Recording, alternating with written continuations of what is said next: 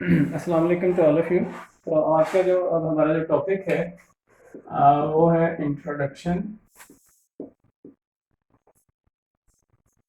Introduction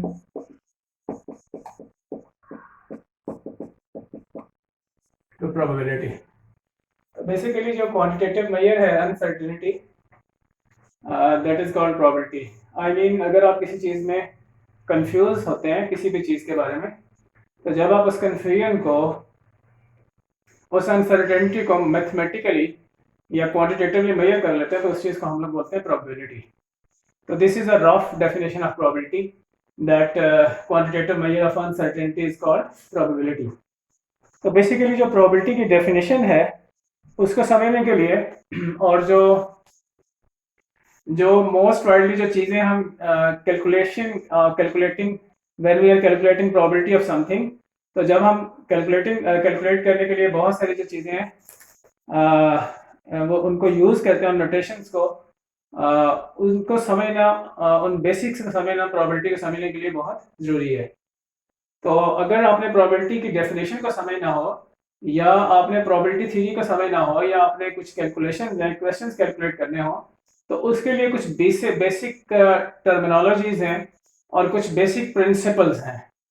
तो उन basic terminologies और उन बेसिक प्रिंसिपल्स की बेस पर then you will be able to understand the definition of probability, and then you will be understand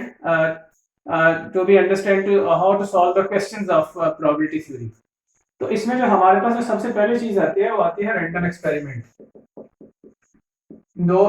The start of probability theory is random experiment. Now what is a random experiment?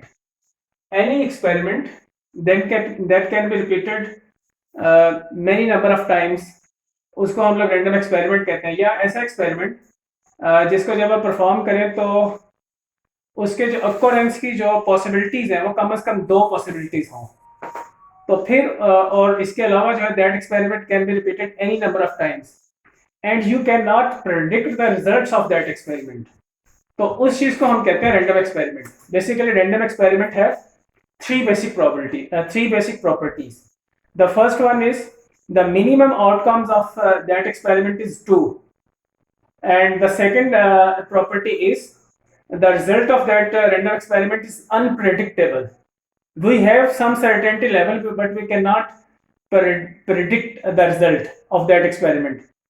And the third property of the random experiment is that experiment can be repeated any number of times, और हर दफा उस experiment के different आने के chances होते हैं। तो अगर कोई भी एक्सपेरिमेंट इन तीन बेसिक प्रॉपर्टीज को फॉलो कर रहा है तो उसको हम कहते हैं रैंडम एक्सपेरिमेंट। अब जो सेकंड चीज है वो हमारे पास यहाँ पर हम एक टर्म यूज करते हैं sample space. Know what is sample space? Sample space ये है कि जब आप एक रैंडम एक्सपेरिमेंट के जितने भी पॉसिबल आउटकम्स होती हैं, आउटकम हम रिजल्ट को बोलते हैं जो कि एक एक्सपेरिमेंट का रिजल्ट होता है। किसी भी एक्सपेरिमेंट का जो रिजल्ट होता है उसको हम आउटकम बोलते हैं। तो जब आप किसी रैंडम एक्सपेरिमेंट की आउटकम्स को एनलिस्टमेंट कर लेते हैं, उनको एनलिस्ट कर लेते हैं, एक लिस्ट में लिख लेते हैं, उसको हम लोग बोलते हैं सैंपल स्पेस। फॉर एग्जांपल अगर आप एक डाई को थ्रो करें तो उसके लिए सैंपल स्पेस क्या बनेगा? 1 2 3 4 5 8 6। अगर आप एक कॉइन को थ्रो करते हैं तो उसका सैंपल स्पेस क्या बनेगा? हेड एंड टेल, ये उसका सैंपल स्पेस है। अगर आप एट अ टाइम एक डाई और एक कॉइन को एट अ टाइम थ्रो करते हैं तो फिर आपका ये एक्सपेरिमेंट बनेगा 1 head 2 head 3 head 4 head 5 head 6 head, and then we have one tail, two tail, three tail, four tail, five tail and six tail। तो फिर आपका ये सैंपल स्पेस बनेगा जब आप थ्रो करेंगे एक डाई को और एक कॉइन को एट अ टाइम। तो ये है, इन चीजों को हम लोग बोलते हैं सैंपल स्पेस। अच्छा, अब जो सैंपल स्पेस है ये तो हमारे पास होगा सैंपल स्पेस। अच्छा, फर्दर हमारे पास होते हैं इवेंट्स। फर्दर जो चीज जो टर्म हम लोग यूज करते हैं वो हमारे पास होते हैं इवेंट्स। तो इवेंट्स जो होते हैं वो हमारे पास एक हम टर्म यहाँ पर यूज करते हैं इवेंट्स। अब इवेंट्स क्या होते हैं? इवेंट्स ये होते हैं कि ये एक सैंपल स्पेस है फॉर एग्जांपल डाई के लिए। अब हम कहते हैं let A is a event of even numbers. तो ये एक इवेंट बन गया। इसी तरह हम कहते हैं let B is a event of odd numbers, इसमें ऑड नंबर्स आ जाएंगे, ये एक इवेंट आ गया। तो हम कहते हैं C is a event of prime numbers, prime number the number which is only divisible by 1 and itself is called a prime number, and in this case we have three prime numbers. So and d is a event of perfect square and we have only one perfect square in this case and which is equals to 4. So these are the events. So event is any subset of a sample space is called an event. तो ये हमारे पास events है, वो ये 4 events ये हमने बनाए हैं। First event of even numbers, second of odd numbers and third of prime numbers and the fourth one is for perfect square. तो these are called events. अब जो events हैं उनकी हमारे पास फर्दर कुछ टाइप्स हैं। मतलब हमारे पास जैसे ये मैंने लिखा है, ये आपके पास ये सैंपल स्पेस लिखा है। तो फोर्थ जो चीज़ हमारे पास आती है वो हमारे पास आता है यहाँ पर इवेंट्स। जो हमारे पास फर्स्ट चीज़ है वो है mutually exclusive event, mutually exclusive events. अब जो म्यूचुअली एक्सक्लूसिव इवेंट्स हैं वो ये होता है कि अगर हमारे पास दो इवेंट्स हों और उनमें कोई भी चीज एलिमेंट्स कॉमन ना हो, ये दो इवेंट्स हैं, मतलब ये सारे इवेंट्स हैं, 4 के 4 इवेंट्स हैं। अगर हम कोई से दो इवेंट्स ले लें और हमारा जो इंटरसेक्शन है उन दो इवेंट्स का वो एम्प्टी सेट हो, खाली सेट हो, तो then that events are called mutually exclusive events. For example if we will take A intersection B, मतलब ए हमारे पास एक इवेंट है ना इवन नंबर्स और बी क्या इवेंट है ऑड नंबर्स। तो अगर आप इनका इंटरसेक्शन ले ए एंड बी तो this is equals to 5 set.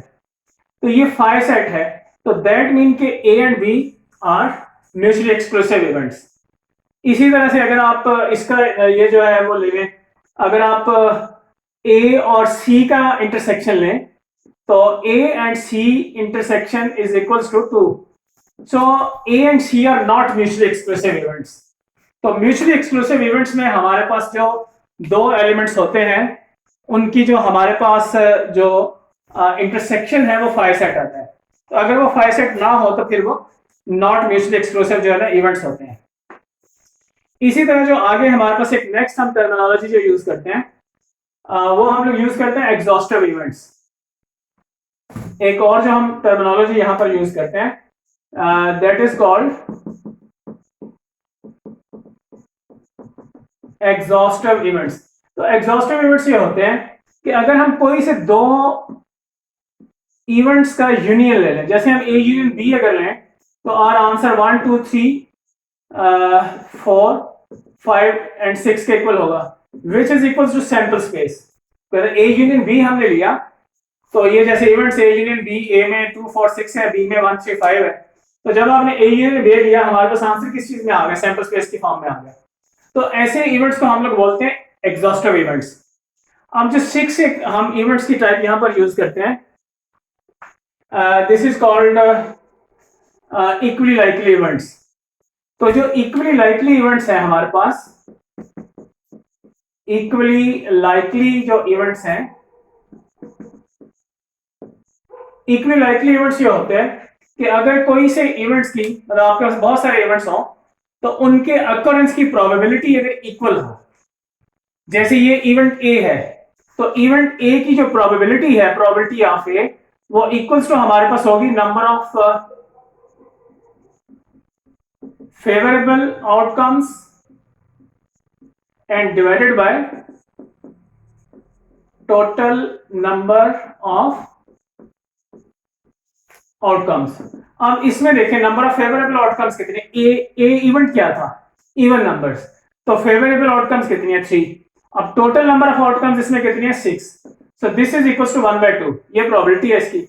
इसी तरह जो प्रोबेबिलिटी ऑफ बी है, बी में हमारे पास ऑड नंबर्स है, तो how many odd numbers are there, 3 odd numbers are there. So number of favourable outcomes are equal to 3 and total number of outcomes equal to 6 which is also equals to 1/2. So A and B are equally likely events because their probability of occurrence is equal. But probability of A is equals to probability of B. तो अगर कोई से दो events के occurrence की जो probability है वो equal आ जाए तो then these events are called equally likely events. इसी तरह से फिर मैंने आप लोगों के साथ ये लेक्चर सारा मैंने शेयर भी किया हुआ है, आपके एलएमएस पर भी शेयर किया हुआ है और गूगल क्लासरूम में भी मैंने आपके साथ शेयर किया हुआ है। तो इसके लिहाज से अब जो प्रोबेबिलिटी की जो डेफिनेशन बनती है वो यही बनती है कि if a random experiment can produce n mutually exclusive and equally likely outcomes, and if m out of these outcomes are considered favorable to the occurrence of a certain event A, then the probability of the event A denoted by P of A is defined as the ratio m over n. तो ये जैसे मैंने define किया है, m over n क्या है? m mean number of favourable outcomes and divided by total number of outcomes. तो ये प्रोबेबिलिटी की डेफिनेशन बनती है कि जब जो आपके पास एक्सपेरिमेंट, जो आपके पास एक होता है सैंपल स्पेस, आप उस सैंपल स्पेस में बहुत सारे इवेंट्स होते हैं, तो जिस इवेंट की प्रोबेबिलिटी को आप लोग कैलकुलेट करने में इंटरेस्टेड हैं, उस इवेंट के जो नंबर्स होते हैं, जो पॉसिबल आउटकम्स होती हैं, that are called favourable outcomes of to that event and divided by the total number of outcomes. जो टोटल नंबर ऑफ आउटकम्स होती हैं वो सैंपल स्पेस के अंदर गिवन होती हैं। अब इसके लिए एक तो मैं यहां पर अब आपके एक सैंपल स्पेस बनाता हूं, एक तो हमारे पास और भी रूल्स हैं, रूल्स ऑफ प्रोबेबिलिटी थ्योरी हैं, वो मैं आपके साथ नेक्स्ट लेक्चर में शेयर करूंगा। तो अभी हम ये बताते हैं कि एक हमारे पास होता है रूल ऑफ सम, रूल्स है हमारे पास सम रूल्स जिनकी जिनकी बेस पर जो है ना हम काउंट करते हैं सैंपल पॉइंट्स को, सैंपल पॉइंट्स की काउंटिंग करते हैं। एक हमारे पास आता है rule of multiplication, rule of multiplication. तो रूल ऑफ मल्टीप्लिकेशन ये कहता है कि अगर हमारे पास कंपाउंड एक्सपेरिमेंट हो, कंपाउंड एक्सपेरिमेंट मीन कि हम एक कॉइन का जो है, वन कॉइन के केस में हमारे पास जो सैंपल स्पेस बनता है वो बनता है हेड और टेल। तो इसकी जो टोटल पॉसिबिलिटीज है वो कितनी है? 2 है। अगर हम एक दूसरा कॉइन लें तो उसका भी सैंपल स्पेस क्या बनता है? हेड और टेल। इसकी हम पॉसिबिलिटीज को n कह लेते हैं, तो m इक्वल्स टू 2 है और n इक्वल्स टू क्या है? 2 है। अगर हम इन दोनों को एट अ टाइम थ्रो करें, या वन बाय वन दोनों को थ्रो करें, या हम इन दोनों कॉइन्स को एट अ टाइम जो है स्टडी करें, तो हमारे पास जो टोटल नंबर ऑफ जो सैंपल पॉइंट्स हैं, जो टोटल नंबर ऑफ जो हमारे पास जो सैंपल पॉइंट्स बनेंगे वो इक्वल्स टू बनेंगे m multiply by n which is equals to 2 multiply 2 which is equals to 4। इसको आप इस तरह लिख सकते हैं कि एक ये हेड टेल इस तरफ लिख रहे हैं, ये एक सैंपल एक कॉइन है, और दूसरा जो आप इस तरफ लिख रहे हैं। इन दोनों को जब आप कंबाइन करेंगे तो यहाँ पर टेल हेड और टेल टेल। अब ये जो एक्सपेरिमेंट है इसमें हमारे पास टोटल कितनी बन रही है?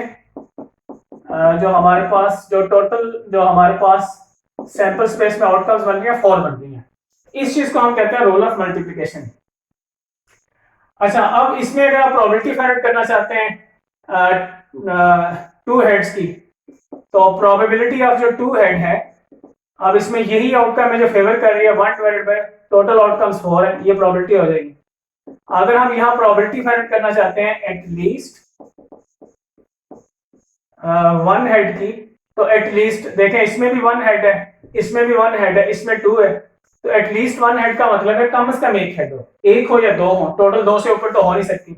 तो इसकी जो फेवरेबल आउटकम्स है वो 3 है और टोटल आउटकम्स कितनी है? 4। तो इसकी प्रोबेबिलिटी हो जाएगी 3/4। इसी तरह से देखें, अगर आप लोग एक तो अगर आप एक डाई को थ्रो करते हैं, if you are throwing 1 die, तो जो एक डाई है उसके लिए सैंपल स्पेस बनेगा 1 2 3 4 5 एंड 6। तो इसकी पॉसिबल आउटकम्स कितनी है? 6।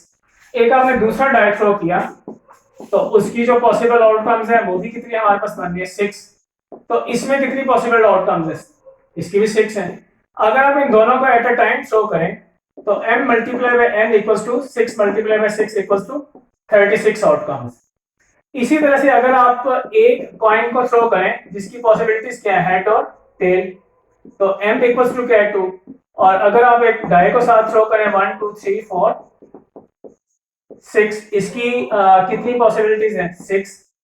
So m multiply by n equals to 2 multiply by 6, this is equals to 12 possibilities हैं। इसी तरह अगर आप 3 डाई को थ्रो करते हैं, 3 डाइस को थ्रो करते हैं, तो उसमें जो सैंपल पॉइंट्स हैं वो हमारे पास बनेंगे 6 मल्टीप्लाई बाय 6 मल्टीप्लाई बाय 6। इसी तरह अगर आप 2 कॉइन्स एंड 1 डाई को थ्रो करते हैं, तो फिर जो आपको सैंपल पॉइंट्स बनेंगे, कॉइन की पॉसिबिलिटीज एक की 2 है, दूसरी की भी 2, और डाई की कितनी पॉसिबिलिटीज है 6। तो इस केस में कितनी हमारे पास बनेगी 24 जो है ना आउटकम्स बनेगी। तो ये है रूल ऑफ मल्टीप्लीकेशन। और इसी तरह से अगर आप 2 डाई का सैंपल स्पेस जो है वो ड्रॉ करना चाहें तो उसको जो है ना आप लोग इस तरह से ड्रॉ कर सकते हैं। अगर आप 2 डाई का सैंपल स्पेस ड्रॉ करना चाहें तो एक डाई को इधर लिख लें, उसकी पॉसिबिलिटीज कितनी है 1 2 3 4 5 6। और सेकंड जो डाई है उसको इस तरफ लिख लें 1 2 3 4 5 6। इन दोनों को कंबाइन करें तो पहला जो सैंपल पॉइंट है 1 1, फिर 1 2, फिर 1 3, फिर 1 4, फिर 1 5, then we have 1 6, 2 1 2 2, 2 3 2 4, 2 6, 3 1 3 2, 3 3, 3 4, 3 5, and then we have 3 6, 4 1, 4 2, 4 3, 4 4, 4 5, and 4 6.